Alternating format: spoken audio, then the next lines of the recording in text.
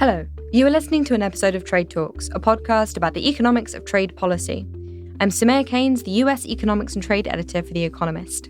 And I'm Chad Bown, a senior fellow at the Peterson Institute for International Economics. In this week's episode, we talk to Paul Krugman. You may have heard of him. He is a distinguished professor of economics at the City University of New York and a columnist at the New York Times. In 2008, he also won a Nobel Prize, in large part for his work revolutionizing the theory of international trade. The basic theory suggests that trade happens because countries are different. They can capitalize on those differences to specialize and exchange different products. Paul tried to explain why actually a lot of trade that goes on does not seem to be driven by those differences. He explained why a lot of trade is actually between rich countries selling each other similar products. His explanation relied on the fact that it might make sense to specialize in trade not because you're different, but because there are inherent advantages to producing a lot of one thing. There might be increasing returns to scale, economies of scale. In the context at the time, this was important back in the 1980s, was that some people were worried about Japan using industrial policy to dominate American businesses in certain key industries. We spoke to Paul about the relevance of these ideas today and how they apply given the current rivalry between the US and China. We also spoke about questions like whether trade increases inequality. Just to warn you, you'll be able to hear a little bit of New York in the background. We recorded this interview in Paul's office in downtown Manhattan. I should also add the warning that in parts the discussion gets pretty wonky, but bear with us. We started off by talking about the politics and economics of NAFTA, the North American Free Trade Agreement. Paul was an active participant in the debate when the deal passed back in the early 1990s. I started off by reminding him of something that happened back when that original deal was being discussed. Paul was debating an official from the Clinton administration, and he was asked by an audience member at this debate what he thought the impact of NAFTA would be on the number of jobs in the US. Paul said, none. And the official that he was debating exploded and said, it's remarks like that which explain why people hate economists. Yeah. In a way, NAFTA was sold the way a lot of trade liberalization has been sold. I think I coined the phrase gapthink. The whole trading system is really based on enlightened mercantilism. It's based on the idea exporting is good, importing is bad, but it's worth importing some stuff if you get to export, which is not at all the way that the economic models tell us it works. And NAFTA was particularly egregious because the selling of it was largely, we're going to run big trade surpluses with Mexico, and that'll add lots of jobs. And there were two big problems with that. One was that even if we had run big trade surpluses, that would have just meant somewhat higher interest rates. We would have had a different composition of jobs, but probably no difference in the total number of jobs.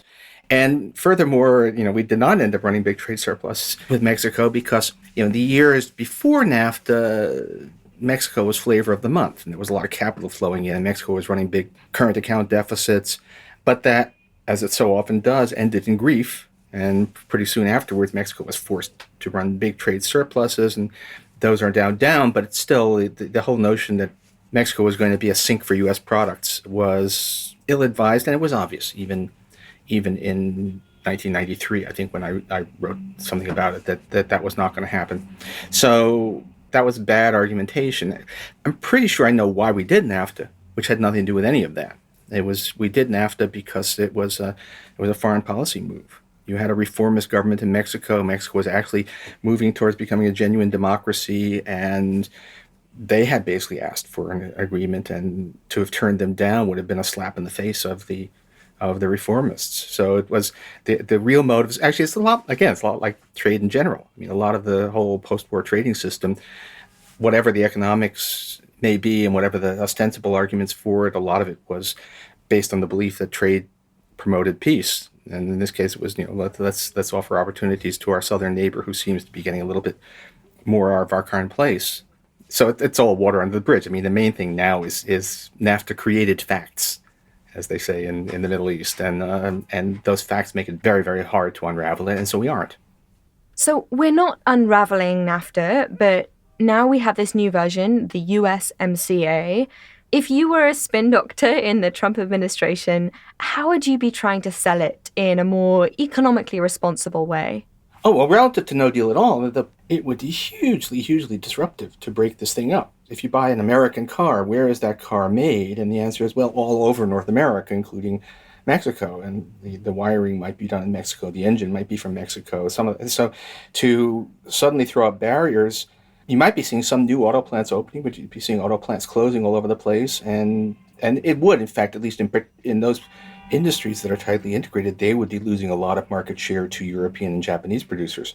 So in terms of just plain maintaining continuity, it would be a really bad idea to break this thing up. And no, so I mean, defending what Trump has done to the deal, the twiddles on it are quite dubious. A little bit hard to defend those, but they're also not very important. They're not trivial, as I've learned from you, Chad. But it's that the case for not breaking this thing up is pretty much overwhelming. As the Trump administration tries to pass the USMCA, one of the fights is going to be about labor standards and how enforceable they are. Do you think that's the right argument to be having at this point? Labor standards is it's a tricky area, and it's my feeling is that you don't want to be doctrinaire on either side. Obviously, what a lot of people in U.S. labor movement would like is they would like labor standards that basically prevent poor countries from competing on the basis of low wages. And if you do that, then that's maybe good for U.S. workers, but it's devastating to the poor countries. Well, if you start demanding that Mexico get anywhere close to U.S. average wages, that's basically saying that Mexico can't export. And so that's the bad side.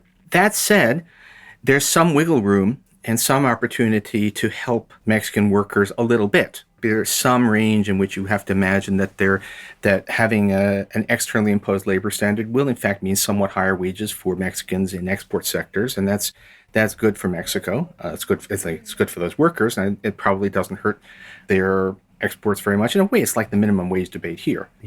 Even people quite left of center in the U.S. economics profession would agree that a $30 an hour minimum wage would be a bad thing, but 12 is almost certainly a good thing, and 15 is probably a good thing. And so there's some range in which extra labor standards in Mexico can work, as long as it doesn't really impair their ability to sell. And then the question is, can we actually expect the U.S. Congress to draw that line in the right place? And then you start to get pessimistic.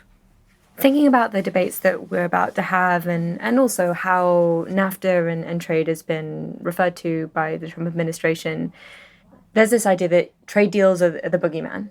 Do you think there's a way of making trade less poisonous? Do you think something needs to change? Like everybody who has done trade stuff for a long time, I was taken aback by political developments. I was never a Pollyanna about trade, but I didn't really think that the issues of losers from trade was a huge issue. And then I think partly because of the political shocks, Trump, Brexit, we sort of start to have a step back and let's think about it. And also some of the academic literature. So the author Hansen on the China shock, a lot of us said, we've been particularly missing the extent to which rapid changes in trade are disruptive.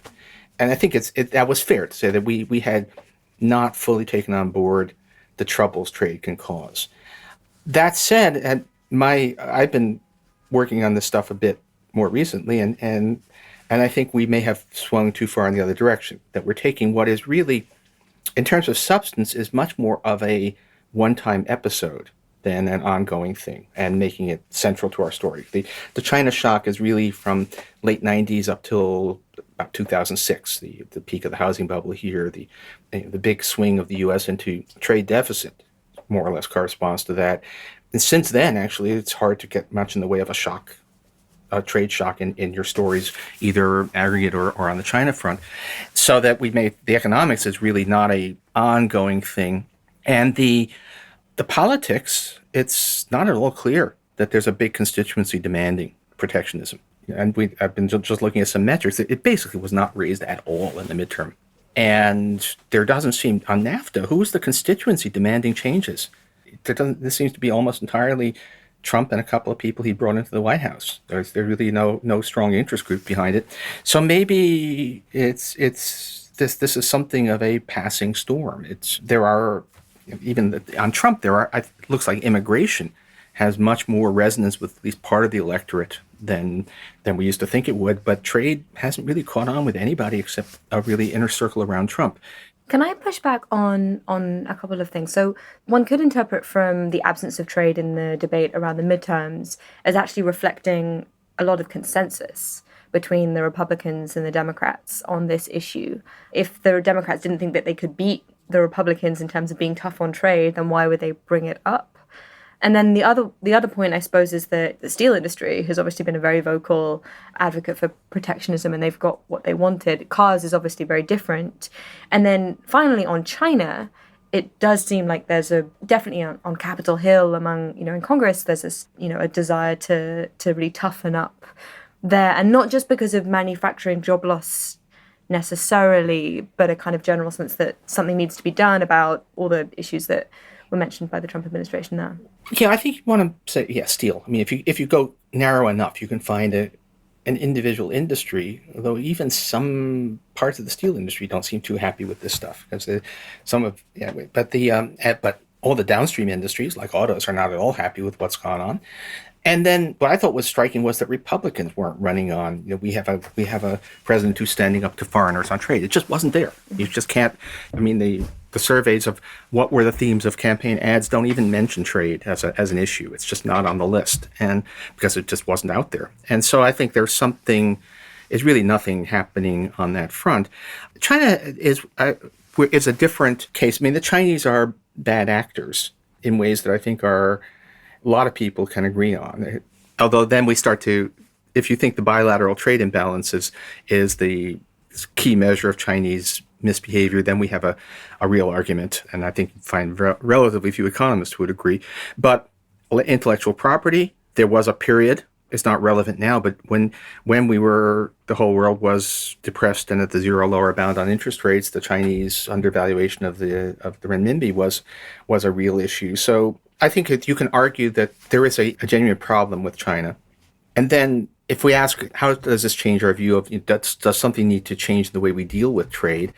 Yeah, I guess you could say that if you think about how China's accession to the WTO, which was really quite dubious, they were given the privileges without really any enforcement mechanism on things like IP, or they've been able to continue a lot of industrial policy and in non-transparent ways that probably violate the way that we, the understandings that make the trading system work. I mean, we even if economists think that subsidizing an export is actually doing the importing country a favor, the fact of the matter is the political economy of trade really depends on countries not being allowed to do that, and the Chinese are not. It's hard to say what they're doing, but so China is it's a highly non-transparent, less than free market economy that is being admitted to the system as if it were a country like us or Germany, and that's a real friction. I mean, I doubt that if I had a list of top 10 issues bedeviling the world, that Chinese trade practices would make it onto that list, but they probably make it to the top 20, and they certainly are not. They're when you have by some measures, the world's biggest economy, depends on your measure, that is really not playing by the rules, then that's a problem. I should clarify. I was playing devil's advocate. I think I do very much subscribe to your view, and I think that we had a few episodes ago Bruce Stokes, who was telling us about polling and essentially trade just isn't a priority for voters. If you ask them whether they like it or they don't, they'll say one thing, but then they also seem to be driven very much by what the politicians that they support say. That's what I was about to say. Trade is one of those issues on which people actually, for the most part, have no opinion. If you ask people, what do you think about the WTO, they'll say, what's that? If you ask what do they think of tariffs, but the interesting question, how many people know what a tariff is? And so but people pick up cues. And so I believe the polling shows a big reversal. Democrats are suddenly very free trade, Republicans are protectionists, and that's just said it's a tribal identity marker, not an actual view on policy. So is the way to get out of this then to get politicians to stop talking about trade? Well, yeah, I mean, in fact, I think if and when Donald Trump is gone, you might find that trade as an issue just abruptly drops vastly. The temperature will decline very rapidly because this is a personal obsession of his. His party will back him in whatever he wants to do, but they don't seem to have any particular concern about it. As I said, there really isn't a strong interest group. There don't want to say that there's nothing. I mean, as we were going, it was clear that the warm and fuzzy feelings about trade liberalization and trade agreements were pretty much gone even before Trump came along. That the world had changed, that the U.S. was no longer feeling magnanimous, that the public was suspicious with some good reasons. I think at some level, a number of people did grasp that trade agreements were not really trade agreements anymore, but mostly about IP and disputes. They didn't know that, but they knew that somehow it wasn't about them. And TPP felt to me. I mean, there was a good case for it, but it was also problematic and in many ways exemplified all this stuff. And I felt like it was a bridge too far. I certainly felt it wasn't something that, given the parlous state of U.S. politics, that Obama should have been spending political capital on. And I might be wrong, because the failing to do TPP is starting to have some geopolitical consequences. But I think we had reached the end of that road. The long march from basically from trade agreements program to the Uruguay round was pretty much over. It was more about maintenance, or should have been mostly about maintenance, and the idea that ever more, ever freer, ever more integrated was not a goal that made sense. Just to be clear, that was the process of trade liberalization taking place between 1947, the General Agreement on Tariffs and Trade, the trade liberalization that followed all the way through the Uruguay round in the mid-1990s that set up the WTO. We're going to return to China because I want to talk more about China. But before we do that, I'd love to go wonky for a while, Sure. if that's okay. And so, could you name something in economics that is true but not trivial? This is a classic question. Paul Samuelson famously said comparative advantage. The idea that even if you're better at everything than some other country, you gain. Even if you're worse at everything than some other country, you gain from trading with that country. And that's the famous, it's a truth that remains elusive to many people. Why is comparative advantage so elusive to people? First of all, I don't know. What I would say about comparative advantage is that it is inherently, wonky is where we're going here. It's inherently general equilibrium. It's about things adding up. It's about resources which you can use here but not there, and if you use them here, then you can't use them there. And so you have to think through what happens in two markets. You have to think about what happens in two countries. It's a tiddlywinks version of general equilibrium. It's a very simple thing, but that already puts it past the simple notion, well, if I'm better, I should be doing this. In textbooks, you always try and explain it by making it personal. Somebody who's a fantastic engineer and also really good at mowing her lawn might still want to hire somebody to mow her lawn, that sort of thing. And if you put it in that way, people understand it. But actually, my experience from textbook feedback is that when you try and turn that concept loose to talking about trade between countries, you think that the carryover is obvious, but the students don't. So it seems to be a fundamentally hard thing to get across. It's a tricky concept, and as you said, it relies on lots of assumptions. You've got these systems that you have to construct. Do you believe in it? Do you think it's relevant? Oh, comparative advantage is hugely relevant. I believe in it. It happens. It's a big factor. It probably drives the majority of world trade. It's not the only story. That's what's really important. So if you ask, why is the shirt I'm wearing made in Bangladesh? I was about to say that U.S. garment workers are more productive than Bangladesh. I'm not sure we have any garment workers, but if we did, they would be more productive than Bangladesh. But we're a lot better at other stuff, and that's why we import shirts from Bangladesh, and it's mutually beneficial to us and Bangladesh that we do that. But it's not the only story, and so my whole life is basically built on saying, okay, well, there are these other stories. So these other stories, why hasn't the explanation of comparative advantage been enough? If you look at world trade in the 1970s, at that point, a number of people had already noticed that the post-war growth in trade was really hard to explain with comparative advantage because so much of it was between similar countries. It was France and Germany, Canada and the US were the places where there was a lot of trade growth. And furthermore, if you try to say, well, maybe there's some unobserved difference between these countries, we can look at what they sell to each other, and that's how we can tell what their comparative advantage is. Turned out that the products they were selling to each other were pretty similar, and in some cases pretty much the same thing. So one of the big trade expansion things was the U.S.-Canadian Auto Pact, and we sold them autos and auto parts, and they sold us autos and auto parts. And now, in fact, if you looked at that, the Auto Pact was not any mystery at all. What happened was that before the pact, Canada had essentially the same auto industry we did, but at 1/10 the scale, which made it quite inefficient.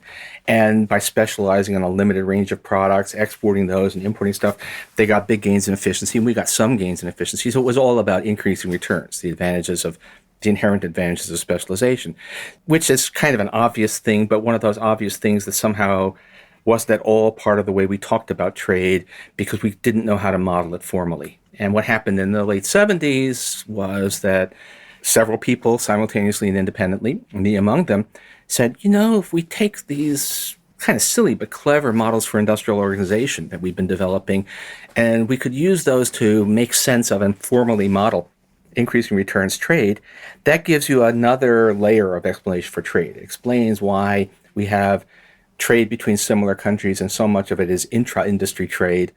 And it seems trivial, it seems obvious. You can explain it now in 3 sentences, but it was revelatory. It really opened people's minds and made sense of a lot of data that hadn't been making sense before. Did that change as, the 20th century proceeded? Oh, there's a kind of iron law, I think, in economics, which is that whenever you have a fundamental new idea that explains the world promptly begins moving away from it. So just at the moment we said, okay, now we understand why similar countries trade based on increasing returns, not comparative advantage, you had this massive opening up of developing countries, this huge expansion of north-south trade, which is comparative advantage. So just at the moment when we had finally figured out why non-comparative advantage trade was such a big thing, suddenly good old-fashioned comparative advantage came back into its own in a big way. And what was the driver there? What were the differences in comparative advantage? Well, mostly that you have countries that are less productive, less educated, coming into the world market in a big way.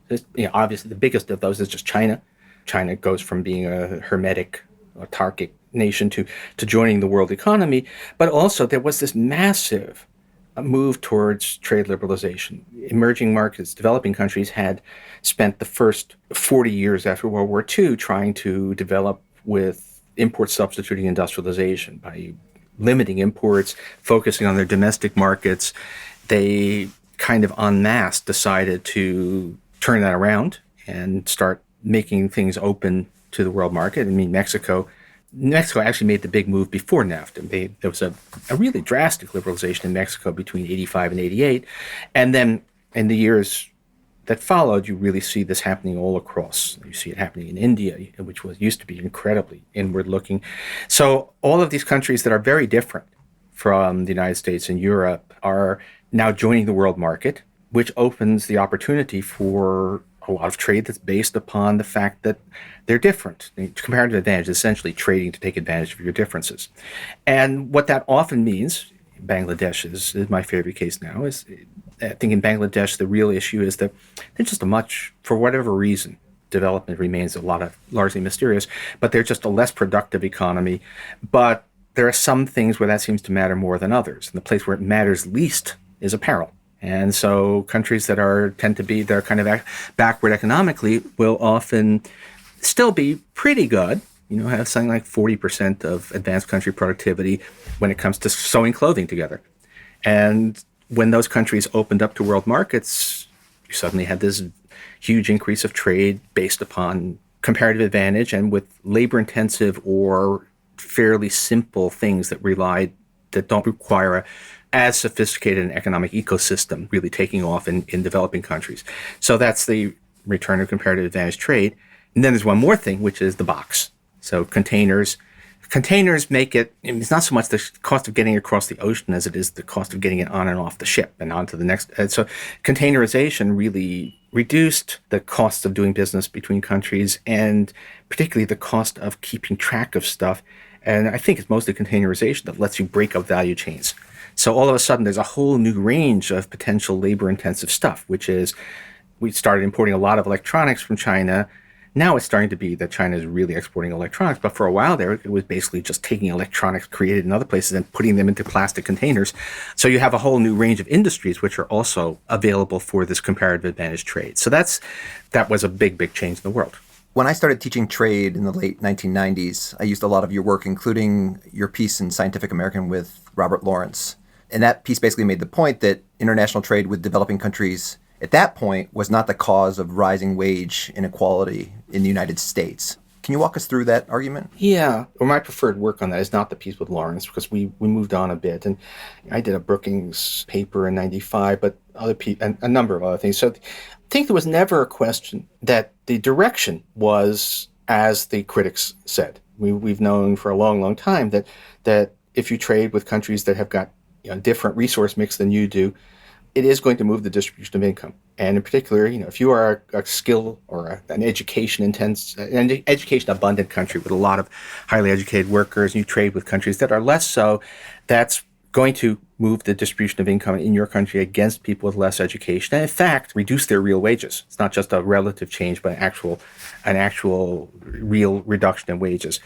The question was the size. And the basic argument circa 1993, 1994 was that, okay, this is real, but the numbers aren't enough to make it a huge deal.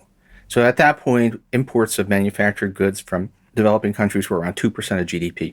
And you could try to say, what if those countries weren't in the market? Do what lawyers call a but-for argument. What would the distribution of income look like but for the fact that we're trading with these countries? And you could either do a model directly, try to feed that in, and you got a couple of percent on the high school college wage differential, or you could do a little trick, which was that analytically trading education-intensive goods for labor-intensive goods is as if less educated workers were moving to your country and some of your educated workers were moving abroad. And so you could do that and say, how big is the change in relative implied labor forces? Actually, the best paper title I ever came up with was something about this, which was titled, But For, As If, and So What? And all of those things suggested smallish numbers. They suggested 2-3% on the high school college wage differential. We were just talking, though, about how, the nature of trade changed very rapidly around that time, or, was starting to change. So how did that answer change? So that was a weird thing, because we moved into this. We had this debate with pretty much a consensus that there was a positive effect on income inequality, but it was small. And the debate sort of dropped. And again, history always is out to get you. So then the immediate thing that happened then was trade with developing countries ballooned. And so now it's trade as a share of GDP with low-wage countries is something like 3 times what it was when we reached that consensus. Does that mean that the effects have tripled? And the answer, I think, is no, because a lot of that trade is value-added trade. So it is when we import, I've got an iPhone sitting next to me here. When we import an iPhone from China, China is actually only a fairly small part of the cost of that iPhone. Most of it is actually, the guts are made mostly in Japan, Korea, which is no longer a low-wage country, or Germany. And so the factor content of the trade, the extent to which we are implicitly importing Chinese workers, is a lot less than the dollar value of the trade would indicate. So, but the effects are surely larger now. So there's got to be, if you're going to say that there's some widening of income inequality due to trade, yeah, and it might be 5% on the college, might be a bit more than on the college high school wage differential. It's hard to estimate now because the trade flows have become so complicated with these international value chains. The other thing, by the way, that I think kept this from being a bigger story was that it became increasingly clear that rising income inequality was not mainly about college high school. It was mainly about the top 1% pulling away from the rest, and that equity fund managers and high school teachers have got similar levels of education. So that was not about education. There was no obvious reason why importing labor-intensive goods from Asia should be causing CEO pay to rise from 30 to 300 times that of the ordinary worker. Other elements of your work that I remember teaching that was sort of revolutionary was that much of the research that was coming out suggested that government intervention on trade policy could actually be welfare improving for a country, so that free trade wasn't always the optimal policy. So if, for example, if there's increasing returns to scale and you can direct that as a government through a policy some way, it might make sense for you to actually subsidize certain industries. Or it might turn out that the optimal tariffs might not necessarily be zero. Can you talk us through, the evolution of how that arose? Yeah. If you wanted to get increasing returns into your story about trade, then right there, you were already stepping outside the competitive model where everything is everything is optimal and efficient and government intervention can only make things worse. So that immediately suggests that you might have some scope for activist policy. It was kind of a double-edged sword. On the one hand, increasing returns said that the gains from trade are bigger, and therefore screwing it up is more costly. But on the other hand, it said that the trade that happens if it's left to itself may not be optimal. You might be able to do better. And so you have some case for possibly subsidizing industries. And so we had a whole outburst of strategic trade policy was the term that people were using, much of which was, in context, a lot of it was revolved around Japan. Fears that Japan was using industrial policy to grab the good industries. I think if you go back, you'd find that I was always skeptical, open-minded, but skeptical. And the reason was that the arguments were subtle and contingent. You could come up with scenarios. It was no longer the case that just free trade is best was true. But if you asked what was the thing you ought to be doing, it was very, very sensitive to the details, sensitive to parameters that were really hard to estimate. And of course, then you also had the issue of who is supposed to be making this. And if you actually, I had in fact spent a year in the U.S. government in 1982, 83, so I had some sense of what actual policymakers sound like. And that was not encouraging for the idea of sophisticated industrial policy. So it was it was a possibility, and certainly something where you might argue for extra vigilance against predatory policies by countries, but not an easy case for interventionist trade policies, except if you had some really, really compelling reason to believe that there were external economies in some particular industry, maybe. In the end, it's like the old line, George Stigler said that saying that the government should intervene because the market isn't perfect is like saying that you should give the prize in a singing contest. It's appropriate here. Give the prize in a singing contest to the second contestant because you just heard the first. I remember reading a paper of yours where you essentially made that point that even though it's possible in theory for this to happen, the big concern is that government policymakers either don't have enough information or they may get captured by industries. In the context of today, do you think that you were right to be worried that this type of modeling and results might actually end up getting misused by government policymakers? In a way, maybe my worries were too high level. I mean, we have a lot of bad moves on trade. They're not based upon, it's not that Donald Trump has read about imperfect competition in trade and thinks that that's the basis for his policies. What I felt all along, as soon as the strategic trade policy literature began to emerge, I went into increasing returns in trade, not because it was supposed to be a policy application. It was just supposed to be, how do we explain what we see? But there were people who wanted to grab it as the script that said that protectionism is the right thing to do. And the script was, and now we will have disproved the classical economics and we can do other stuff. And that was not the script that the intellectual logic was pushing you towards, and certainly wasn't the script that I and the other new trade theorists were pushing towards. In fact, probably the most important policy application of this increasing returns stuff was in the opposite direction.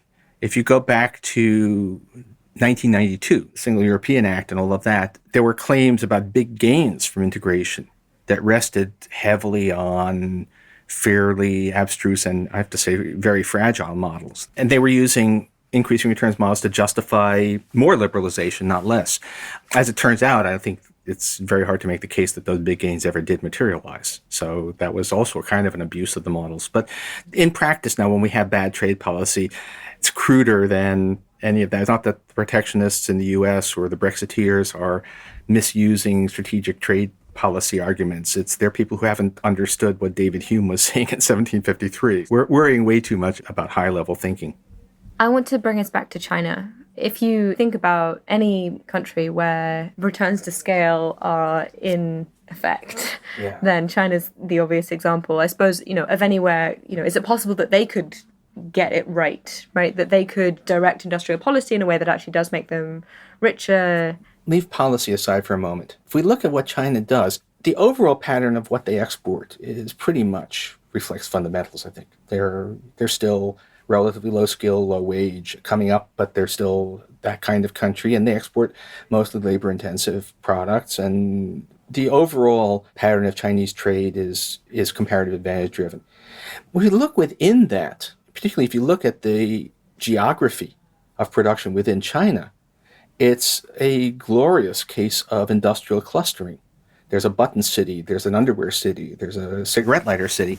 And those are all driven by the kinds of increasing returns stories that new economic geography, the area I got into after trade, was all about. And it's wonderful if you're into these things. China, in a lot of ways, their landscape, almost literally, looks like America in 1900. When we had all of these localized industrial clusters, the detachable collar and cuff industry of Troy, New York, that sort of thing. And those are an important source of advantage. So China has a comparative advantage in labor-intensive products generally, but they clearly have a big increasing returns-driven advantage in cigarette lighters, because there's that one city that produces all the world's cigarette lighters. Is that an advantage that they capture at the expense of the rest of the world? I think probably not. I think or at least very little of it. Pretty clearly, most of that is just passed on in lower prices. So I don't think it's actually problematic. And that's, I guess, one of the real concerns, if you want to be concerned about China. If we start to get into industries of the future, strategic industries, China would be a big enough player that if it's able to hidden implicit subsidies or hidden protection of markets, that it might be able to capture some of those industries. It's something to keep an eye on, although if you've been in this business for a long time, you know just how bad everybody is at guessing what are the strategic sectors. So, if you go back to around 1990 or late 80s, the rising sun era when Japan was going to rule the world, at that point, everybody thought that random access memories was the crude oil of technology, that whoever controlled the RAM production was going to rule the world. And then it turned out that RAMs are a commodity, and they're moving to lower and lower wage countries, and it's not a business that you especially want to have at all. So that, we were totally wrong about that, and that's happened many times. You go back 20 years before that, people thought that nuclear power was the industry of the future. So if there were a key strategic industry, would we know what it was? Would the Chinese know what it was? It's not completely off the charts. That if we really do see, and particularly actually if you strategic industries in the sense of not economics, but like strategic industries, then China is certainly not our friend. It's not necessarily our enemy, but we worry about that. I don't actually know what the current state of the rare metals situation is, but that's kind of stuff that you do worry about. That rare metals case, just for listeners, was when China blocked the export of rare metals, essentially abusing its monopoly power over that area. China had come to dominate that business, the rare metals export, partly because they have deposits, but also because it's an extremely environmentally destructive process to mine them and refine them, and China was willing to do that, and we weren't, but then found ourselves being alarmingly at their mercy. So all that being said, when I read the Trump administration's Section 301 report that's very much worried about Made in China 2025 policy and all of these industries of the future, whether it's artificial intelligence or robotics or civil aircraft, I read that and thought of the increasing returns to scale and strategic trade policy literature. So it's as if the Trump administration seems to be worried about that as a potential outcome. Let's put it this way. Somewhere in the bowels of USTR are people who probably do know this literature. In general, those are the kinds of things that people would worry about if you're going to worry about it. Now, whether history says that their guesses about the industries of the future are probably wrong, because everybody's are, and China's ability to actually lock those industries up is probably much more limited than we think. But if the O'Rourke administration or somebody, the next administration wants to cast a highly skeptical eye on what China is doing and possibly take a hard line, that's certainly something that could be justified. And I guess at some point you're not going to completely forbid any kind of action. But the trouble is, if you're doing so much irrational stuff as we are on trade policy, it's very hard to make a case for even what might make sense. Do you think that the Trump administration gets any criticisms of China right? Grudgingly, I would say yes. Intellectual property, the Chinese are just terrible at that, and we know that. And they are not getting better. And since the U.S. is still an ideas-generating place, that hurts our national income, although it's not clear how much of that particular piece of national income trickles down to ordinary U.S. workers. Let's put it this way. We don't know whether the Chinese are at all likely to succeed in monopolizing the industries of the future. But if you ask the question, would they try? Are they in fact probably trying to do that? The answer is yes. And are they scrupulously adhering to WTO rules in so doing? The answer is no. So there's a valid criticism. They're not the biggest threat facing the U.S. economy in general. In general, international trade just matters a whole lot less to our future than people tend to think. But the Chinese are not good guys. They're bad actors in the system. It's not relevant now, but in 2010, 2011, I was for taking a much stiffer line on their currency policy. So it is certainly possible to say that getting tough with China is sometimes appropriate. Sometimes in this policy of getting tough with China, it seems almost as though the US is trying to carve out China from, and set up these competing spheres of influence. Do you think that's possible? No, we're not big enough, first of all. I mean, in the time when the U.S. could try to dictate the terms of how the international system works are really behind us. There are really, at this point, almost 3 co-equal players, I would say, on trade, which is us, the European Union, and the Chinese are pretty much getting there now as well. And no one of us can really dominate the system one way or another. And in terms of carving out a sphere of influence, it's just trade is flowing in all directions. And to the extent that there are spheres of influence, geography is going to matter. Gravity. The thing we know best in international economics is the gravity equation, which says trade between 2 countries roughly proportional to the product of their national incomes and inversely related to the distance. And distance matters a lot, even in today's world. So if you say to a lot of countries, you have to make a choice, China or us, a bunch of them are going to say China because they're closer. So no, I don't think if the idea is that we can somehow exclude the Chinese, wall them off from other players, not going to happen. And especially not going to happen when U.S. soft power is at the weakest it's been in, ever, basically. What are the biggest risks then of trying to actually do this? Trade war is... you have escalation. You can see that happening with us in China now. I don't think anybody is doing a careful economic assessment. It's just tempers are rising, people are getting madder, and you start to break the understanding down. So the reason we want a trading system is to restrain both the rational and the irrational impulses to do mutually destructive trade measures, and that can break down. This trade system didn't happen. The invisible hand didn't create it. Some very visible hands did it, and it's kind of a miracle that we had so many years of trade peace, if you like. But it's not guaranteed, and we could break down quite easily. Now, what does that do? It reduces global efficiency a little bit. More than a little bit. If you try to ask, what are the consequences of a global trade war? Depends a lot on the model, but certainly can make the world a few percent poorer.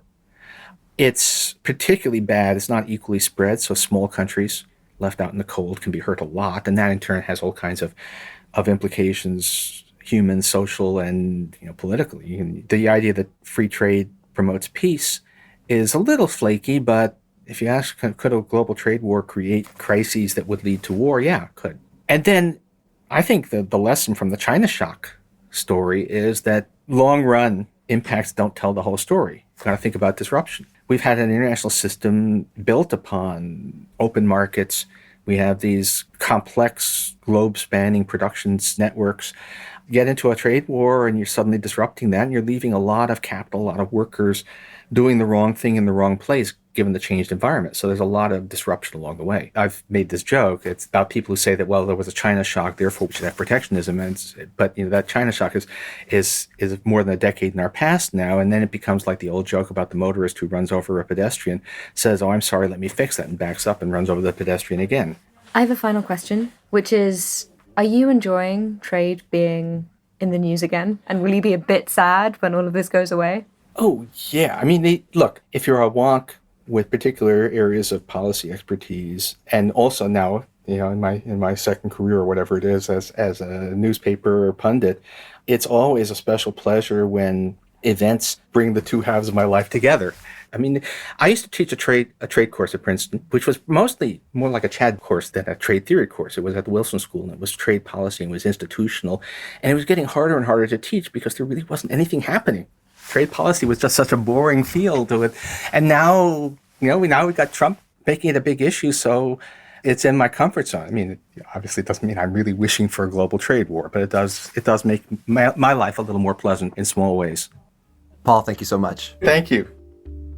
That is all for Trade Talks. A huge thank you both to Paul Krugman for spending his afternoon with us and the Graduate Center of the City University of New York for allowing us the space to set up our Trade Talks mobile studio. As always, a big thanks to Colin Warren, our audio expert. And follow us on Twitter. I'm at Chad Bown. And we're on @trade__talks.